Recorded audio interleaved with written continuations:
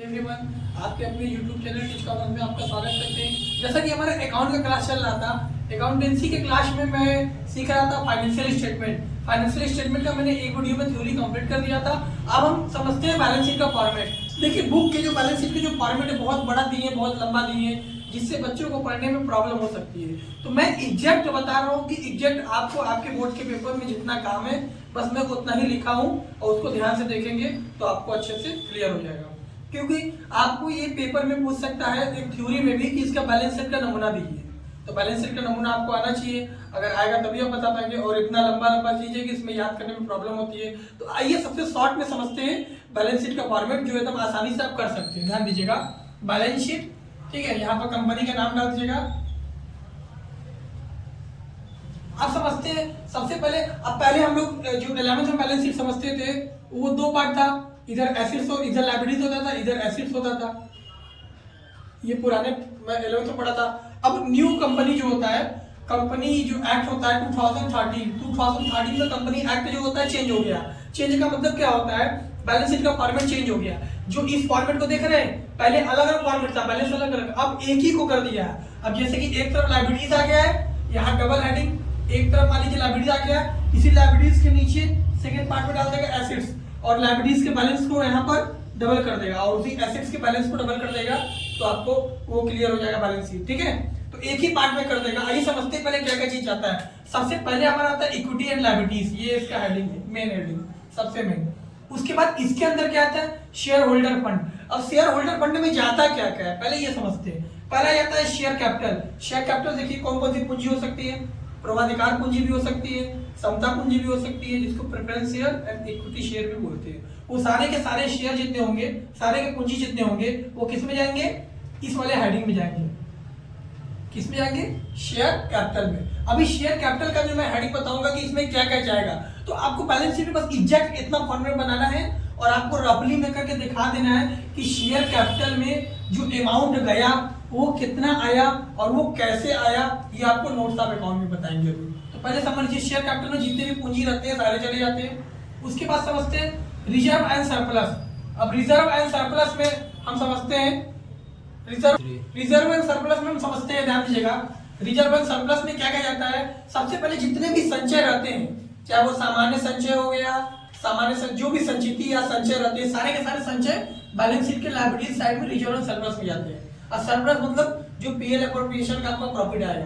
अभी मैं इसका नोट्स लिखवाऊंगा, इसके बाद इसमें क्या क्या चीजें जाते हैं उसको लिखकर इसका बैलेंस आप यहाँ दिखा देंगे। उसके बाद समझते हैं हमारा दूसरा हेडिंग जो होता है मेन हेडिंग, वो होता है non current liabilities. Non current liabilities में पहला होता है लॉन्ग टर्म बोरोइंग। कोई उधार लिया गया हो लंबे समय के लिए, जैसे डिबेंचर हो गया, डिबेंचर आपका लंबे समय तक उधार लिया गया है, तो डिबेंचर को यहाँ दिखा देंगे। ठीक है, या फिर कोई लॉन्ग टर्म प्रोविजन होगा, आयोजन कोई किया गया है प्रोविजन, वो भी इसमें दिखा देंगे। इन दोनों के हेडिंग भी हम आपको अभी बताएंगे इसमें क्या क्या चीजें जाते हैं। उसके बाद समझते हैं करंट लायबिलिटीज। करंट लायबिलिटीज में सबसे पहला हेडिंग समझते हैं short term borrowing. Short term borrowing मतलब जैसे कोई छोटा मोटा पैसा उधार लिया गया हो, या कम समय के लिए पैसा लिया गया हो, इसका मतलब लॉन्ग समय मतलब लंबे समय के लिए। इसमें डिबेंचर और लोन दोनों जा सकता है। और इसमें क्या क्या जाएगा, इसमें मान लीजिए कोई भी शॉर्ट पैसा लिया गया हो, या फिर कोई डिपॉजिट किया गया हो शॉर्ट टर्म के लिए, तो वो इसमें चला जाएगा। और ट्रेड पेबल समझते हैं। ट्रेड पेबल में केवल दो चीज जाता है, क्या क्या जाता है, एक बिल्स पेबल जाता है और एक आपका जाता है क्रेडिटर। ठीक है, ये दो चीज जाता है। उसके बाद अदर करेंट लायबिलिटीज में क्या क्या जाता है आपका, जैसे आउटस्टैंडिंग हो गया, अनएक्रूड हो गया, ये सब चीज जाता है। अभी मैं पीछे लिखवाऊंगा नेक्स्ट वीडियो में, मतलब अगले पार्ट में। तो इसके बाद देखिए अगला आता है short term provision. Short term provision कोई आयोजन कम समय के लिए लिया गया है, उस आयोजन के दिखाएंगे। तो ये सारे लायबिलिटीज को हम समझ गए। अभी इसको नोट्स ऑफ अकाउंट समझते हैं। इसका टोटल बैलेंस जोड़ेंगे तो जो बैलेंस आएगा उसको यहाँ पर दिखा देंगे। ठीक, अब हम समझते हैं, ये हम लायबिलिटीज समझे। अब एसेट समझते हैं, फिर उसके बाद हम बताएंगे कि शेयर कैपिटल में क्या क्या जाता है और रिजर्व एंड सरप्लस में क्या क्या जाता है, ताकि आप एग्जैक्ट यहाँ पर क्या बैलेंस भर सकते हैं। ठीक है, तो ध्यान दीजिएगा। अब हम समझते हैं एसेट्स की तरफ, ध्यान दीजिएगा। अब हम एक लायबिलिटीज को समझ गए, अब उसी के नीचे बनाएंगे ये, इसमें पर्टिकुलर अलग से नहीं, अलग अलग नहीं बनाएंगे, एक ही बनाएंगे। तो मेरे पास बोर्ड छोटा था इसलिए मैं वो भाग मिटा के ये भाग बता दिया। ठीक है, उसी के नीचे बनाइएगा, यानी एक ही बस बनेगा। उसी के देखिए नीचे ऊपर लाइन मैंने नहीं खींचा, अगर आगे फर्स्ट पार्ट वहां लिखा था, क्या लिखा था, लायबिलिटीज एंड मतलब इक्विटी एंड लायबिलिटीज लिखा था। अब यहाँ पर सेकंड पार्ट क्या है हमारा, एसेट्स। एसेट्स मतलब जो संपत्तियां होती है। अब संपत्तियों में पहला हेडिंग नंबर समझते हैं non current assets. Non current assets ये सब हेडिंग है, मेन हेडिंग। मेन हेडिंग के बाद फिर ए नंबर पर आता है फिक्स एसेट्स। अब फिक्स एसेट्स में कौन कौन से फिक्स, दो, एक होता है टेंजिबल एसेट्स, जो भी आपके पास टेंजिबल एसेट्स होंगे, एक समझते हैं इनटेंजिबल एसेट्स। अब टेंजिबल एसेट्स में क्या क्या जाता है, इनटेंजिबल एसेट्स में क्या क्या जाता है, वो अभी हम आपको इसमें बताएंगे, आगे देखते हैं इसमें क्या क्या चीजें जाते हैं। उसके बाद non current investment. Non current investment में केवल इन्वेस्टमेंट जाता है। उसके बाद समझते हैं long term loan and advances. अगर आपको कोई लॉन्ग टर्म के लिए लोन और एडवांस मिल रहा है तो वो इसमें दिखा देंगे। और उसके बाद आता है हमारा करंट एसेट्स। करंट एसेट्स में सबसे पहले आता है इन्वेंटरीज। इन्वेंटरीज को बोलते हैं स्कंद या स्टॉक्स, आप वो दिखा देते हैं इन्वेंटरीज में, ठीक है। उसके बाद ट्रेड पेबल। ट्रेड पेबल में दो चीज जाता है, वहां पर ट्रेड पेबल था, यहाँ ट्रेड रिसीवेबल, सॉरी ये ट्रेड रिसीवेबल है।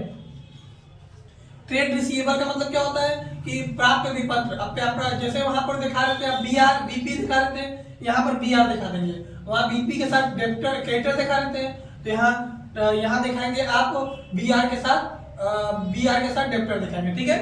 उसके बाद समझते कैश एंड कैश इक्विवेलेंट, कोई भी कैश बैलेंस होगा आप उसको दिखा देंगे। उसके बाद other current assets. Other current assets में क्या जाएगा, आपका एक्रूड हो गया, उसके बाद प्रीपेड हो गया, और भी चीजें होती है। इसके बारे में नेक्स्ट वीडियो में, नेक्स्ट क्वेश्चन में हम चर्चा करते हैं, ध्यान दीजिएगा। रिजर्व एंड सरप्लस में देखते हैं शेयर कैपिटल में। सबसे पहले शेयर कैपिटल हमारा हेडिंग था बैलेंस शीट में। अब समझते शेयर कैपिटल में जाता क्या है। देखिए जाता तो बहुत चीजें, अथराइज कैपिटल भी जाता है, सब्सक्राइब कैपिटल भी जाता है, इश्यू कैपिटल भी जाता है। तो वो सब कैपिटल नहीं लिखना है, मेन आपको देखना है या तो इश्यू कैपिटल लिखना है, या आपको लिखना है कि शेयर जो है वो कौन चीज का है, यानी पूंजी कौन सा है। पूंजी दो तरीके का होता है, एक समता पूंजी होता है, एक पूर्वाधिकार अंश होता है, एक समता अंश होता है। तो प्रेफरेंस शेयर या इक्विटी शेयर जितना रहेगा वो दिखा देंगे, या फिर प्रेफरेंस शेयर जितना रहेगा वो दिखा देंगे, दोनों को जोड़ देंगे।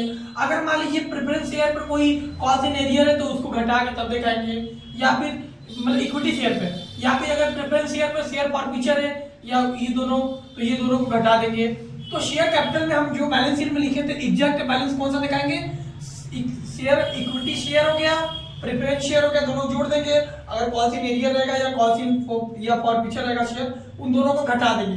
तो जो ये बैलेंस बचेगा उसी को बैलेंस शीट में दिखाएंगे, क्या नाम से, शेयर कैपिटल के नाम से। अब अगला हमारा हेडिंग आता है रिजर्व एंड सरप्लस। अब रिजर्व एंड सरप्लस में जाता है क्या, केवल तीन चीज। पहला क्या जाता है, कैपिटल रिजर्व। कैपिटल रिजर्व मतलब पूंजी संचय। उसके बाद स्टेटमेंट ऑफ प्रॉफिट लॉस। अभी इसका स्टेटमेंट हम आपको बताएंगे क्योंकि इस पर भी एक क्वेश्चन आता है, ये पीएल कैसे निकलता है, स्टेटमेंट ऑफ प्रॉफिट लॉस कैसे बनता है, प्रॉफिट लॉस एप्रोप्रिएशन कैसे बनता है, ये भी बताएंगे हम। उसके बाद और रिजर्व लिख दिए। और रिजर्व का मतलब जिस भी वस्तु, अगर मान लीजिए कोई चीज रहा उसके बगल में लिखा है संचय, तो समझिए आंख बंद करके आपको इसमें डाल देना है। कोई भी संचय, कोई भी चीज लिखा है उसके बगल में लिखा है संचय, ठीक है। जैसे ऋण शोधन संचय लिख दे देगा, जो भी संचय देगा उसको आपको कैपिटल इसमें डाल देना, रिजर्व एंड सरप्लस वाले में दिखा देंगे, इसीलिए हम लिखते हैं ऑल रिजर्व, ठीक है। ऑल रिजर्व को आप दिखा देंगे और टोटल जोड़ के जो बैलेंस आएगा, अब बैलेंस शीट में जो हेडिंग डाले होंगे, क्या डाले होंगे, रिजर्व एंड सरप्लस, तो उसी के सामने इस बैलेंस को दिखा देंगे, ठीक है। अब नेक्स्ट समझते हैं आगे, अब आगे देखते हैं। तो देखते हैं अब हम long term borrowing. Long term borrowing में क्या क्या जाता है, लॉन्ग टर्म बोरोइंग अगला हेडिंग था, उसमें क्या जाता है, लोन जाता है, उसके बाद डिवेंचर जाता है, उसके बाद बॉन्ड्स जाता है, उसके बाद डिपॉजिट। ये सब चीज आपको क्वेश्चन में दिए रहेंगे। तो ये सारे बैलेंस को अगर हम जोड़ देते हैं तो जो मेरा बैलेंस आता है वो कौन से हेडिंग का जाता है, लॉन्ग टर्म बोरोइंग। अब समझते हैं लॉन्ग टर्म प्रोविजन में केवल डिफर्ड पेमेंट लायबिलिटीज जाएगा, बस डिफर्ड पेमेंट लायबिलिटीज का बैलेंस किस में चला जाएगा, लॉन्ग टर्म प्रोविजन में, ठीक है। अब समझते हैं शॉर्ट टर्म प्रोविजन।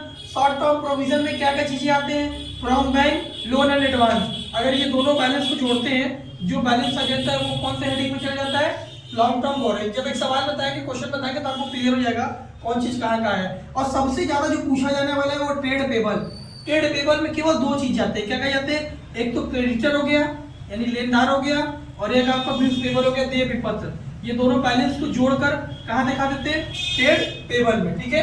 तो ये लायबिलिटीज का मेरा पूरा पार्ट खत्म हो गया। अब हम देखते हैं एसेट्स के। अब देखते हैं हम अगला बचा है other current liabilities. Other current liabilities में क्या क्या जाता है, सबसे पहले बोलते हैं अनपेड डिविडेंड। अनपेड डिविडेंड जाता है, ठीक है। उसके बाद आउटस्टैंडिंग एक्सपेंसेस यानी आदत व्यय हो गया, उसके बाद अनएक्रूड इनकम हो गया। तो ये तीनों बैलेंस को जब हम जोड़ेंगे तो जो भी मेरा बैलेंस आएगा वो कहाँ चला जाएगा, अदर करेंट लायबिलिटीज। तो यहाँ तक तो लायबिलिटीज का पूरा खत्म हो गया। अब हमारा आता है एसेट्स। अब एसेट्स में समझते हैं कौन कौन से हेडिंग होते हैं और क्या क्या जाता है। सबसे पहला हेडिंग लेते हैं एसेट्स का, टेंजिबल एसेट्स। अब टेंजिबल में कौन कौन जाता है, लैंड एंड बिल्डिंग हो गया, उसके बाद देखिए लैंड एंड बिल्डिंग। देखिए एसेट्स में देखते हैं, एसेट्स में टेंजिबल एसेट्स में पहला आता है बिल्डिंग पे, लैंड एंड बिल्डिंग हो गया यानी भूमि और भवन हो गया, उसके बाद मशीन हो गया, मशीनरी, उसके बाद आपका फर्नीचर हो गया, और भी कोई एसेट्स होंगे तो वो सारे एसेट्स को जोड़कर जो भी एसेट्स का बैलेंस आएगा उसको एसेट्स वाले हेडिंग में किस नाम से दिखाएंगे, टेंजिबल एसेट। ठीक है, अब हम आगे समझते हैं अगला हमारा क्या पार्ट है, टेंजिबल एसेट समझते हैं। इंटेंजिबल एसेट में सबसे पहले गुडविल जाता है, उसके बाद ब्रांड हो गया, ब्रांड या ट्रेडमार्क हो गया कोई कंपनी का, उसका जो अमाउंट होगा वो जाएगा, उसके बाद कॉपीराइट का जो बैलेंस होगा वो जाएगा, उसके बाद कंप्यूटर सॉफ्टवेयर। तो ये सारे के सारे हेडिंग जो जुड़ के जो भी बैलेंस बनेगा वो आपका बैलेंस शीट में इंटेंजिबल एसेट्स के सामने तो हो जाएगा। ठीक है, जो रहेगा वो दिखाएंगे, नहीं रहेगा नहीं दिखाएंगे, डायरेक्ट जोड़ के। अगर मान लीजिए कभी कभी केवल गुडविल भी रह सकता है तो आप गुडविल को केवल इंटेंजिबल एसेट्स में बाहर दिखा सकते हैं। उसके बाद समझते हैं non current investment. Non current investment में केवल और केवल इन्वेस्टमेंट जाता है और कुछ नहीं। विनियोग दिया है क्वेश्चन में, तब विनियोग के बैलेंस को उसको नॉन करेंट इन्वेस्टमेंट में शो कर देते हैं। उसके बाद हमारा आता है long term loan and advances. Long term loan and advances में पहला जाता है सिक्योरिटी डिपॉजिट, दूसरा जाता है कैपिटल एडवांस। ये दोनों आपके क्वेश्चन में दिए रहेंगे, दोनों के बैलेंस जो भी आएंगे उस बैलेंस को बैलेंस शीट जब बनाएंगे तो वहां पर इस वाले हेडिंग में इसके सामने बैलेंस में दिखा देंगे। उसके बाद जो हमारा वेरी वेरी इंपॉर्टेंट टॉपिक है वो ट्रेड रिसीवेबल। यही सब क्वेश्चन से ज्यादा पूछता है। तो ट्रेड रिसीवेबल में क्या होगा, दो चीज आएगा, क्या क्या, बीआर और क्या जाएगा, डेप्टर। इन दोनों के बैलेंस को जोड़ेंगे, जो भी टोटल बैलेंस होगा उसको ट्रेड रिसीवेबल में दिखा देंगे। अब हमारा एक हेडिंग और बचा हुआ है, उसको भी हम बता देते हैं। अब समझते हैं हमारा अंतिम चीज बचा हुआ है, एक बचा है cash and cash equivalent. Cash and cash equivalent में केवल तीन चीज जाता है, बैंक हो गया, ठीक है, कैश हो गया या फिर चेक हो गया, और भी चीज मतलब मेन यही तीन चीज जाते हैं। अगर आपको बोल देगा क्वेश्चन में कैश एट बैंक या कैश इन बैंक तो वो दोनों भी दिखा देंगे। तो इसको टोटल अगर जब बैलेंस शीट बनाएंगे तो वहां पर डालेंगे कैश एंड कैश इक्विवेलेंट में, ये बैलेंस शो अप कर देंगे अगर बैलेंस शीट बनाएंगे तो उसमें सामने। ठीक है, अब नेक्स्ट समझते हैं other current assets. Other current assets में मेन दो चीज आता है, प्रीपेड एक्सपेंसेस हो गया और एक्रूड इनकम हो गया, और भी कुछ एसेट्स होते हैं जो छोटे मोटे खर्चे जैसे हो गए, वो सारी चीज जाते हैं। तो क्वेश्चन कराएंगे तो क्लियर हो जाएगा, मेनली दो ही चीज जाता है, ये दोनों का जो बैलेंस होता है वो आपका चला जाता है अदर करेंट एसेट्स में। तो इस तरह हम बैलेंस शीट का देखें, बैलेंस शीट के पूरे लायबिलिटीज को पढ़ लिए, एसेट्स को पढ़ लिए, फिर लायबिलिटीज के जो हेडिंग है उसके हेडिंग के अंदर क्या क्या जाते हैं वो पढ़ लिए, फिर एसेट्स से जो है एसेट्स के हेडिंग के अंदर क्या क्या जाते हैं वो पढ़ लिए। ठीक है, अब आपको नेक्स्ट वीडियो में क्वेश्चन कराएंगे, नेक्स्ट वीडियो में आपको बताएंगे पीएल अप्रोप्रिएशन का फॉर्मेट, और उस पीएल अप्रोप्रिएशन का भी फॉर्मेट पूछता है। उसके बाद आपको फिर प्रॉफिट लॉस का फॉर्मेट बताएंगे, फिर या पहले हम बैलेंस शीट का फॉर्मेट बताने के बाद एक क्वेश्चन कराएंगे एग्जाम पर। ठीक है, तब तक के लिए लाइक कीजिए, सब्सक्राइब कीजिए, थैंक्स।